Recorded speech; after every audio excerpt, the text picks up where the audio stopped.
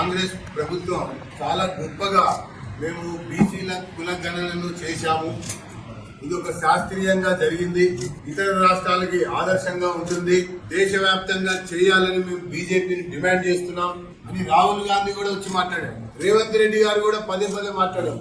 BC కుల గణనకు సంబంధించినటువంటి లెక్కలు బహిరంగపరిచిన తర్వాత వాటి యొక్క వివరాలు పరిశీలిస్తే ఇది బీసీల కోసం చేసినటువంటి సర్వేనా లేకపోతే ముస్లింలని బీసీలలో కలపడం కొరకు చేసినటువంటి సర్వేనా అన్నది చెప్పాలని కాంగ్రెస్ పార్టీని బీజేపీ డిమాండ్ చేస్తాం. 12% కంటే ఎక్కువ ముస్లింలు ఉన్నారు అని పదే చెప్తూ వస్తున్నటువంటి పార్టీ నిన్న తాజాగా విడుదల చేసినటువంటి సర్వే యొక్క వివరాల తర్వాత ఈ 12% ఉన్నటువంటి ముస్లింలలో 10% బీసీ ముస్లింలు అని చెప్పింది. అంటే ఇది బీసీలని మోసగించడం కాదా అని భారతీయ జనతా పార్టీ సూటిగా ఈ ప్రభుత్వాన్ని డిమాండ్ చేస్తాం. స్థానిక సంస్థల ఎన్నికలు జరగబోతా ఉన్నాయి. స్థానిక సంస్థల ఎన్నికలలో బీసీలకి రిజర్వేషన్లు కల్పించాలి, పెంచాలి, అమలు చేయాలని బీసీ సంఘాలు మాట్లాడుతూ వస్తున్నాయి. ఈ రకంగా 10% ముస్లింలని బీసీలలో చూపించి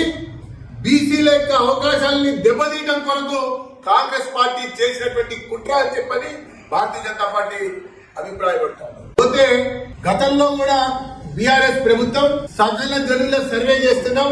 ఈ సకల జనుల సర్వే ఒక కరదీపికగా ఉంటది. ఒక ప్రణాళిక రూపొందించడం కొరకు, ఒక కార్యాచరణ ఏర్పరచడం కొరకు ప్రభుత్వానికి అది ఒక అస్త్రంలా పనిచేస్తుందని చెప్తారు. ఆ సకల జనుల సర్వే జరిగి 10 సంవత్సరాలు పూర్తయిన తర్వాత ఏ రోజు కూడా ఆ సర్వే వల్ల ఈ రాష్ట్రంలో ఉన్నటువంటి తెలంగాణ ప్రజానికానికి ఎటువంటి యొక్క లాభం జరిగినటువంటి సందర్భం గాని దాఖలాలు గాని ఆ సర్వే వల్ల లేదు అన్నటువంటి విషయం అందరికీ అర్థమైంది కాబట్టి ఆ పార్టీ ముందుకు పంపించారు.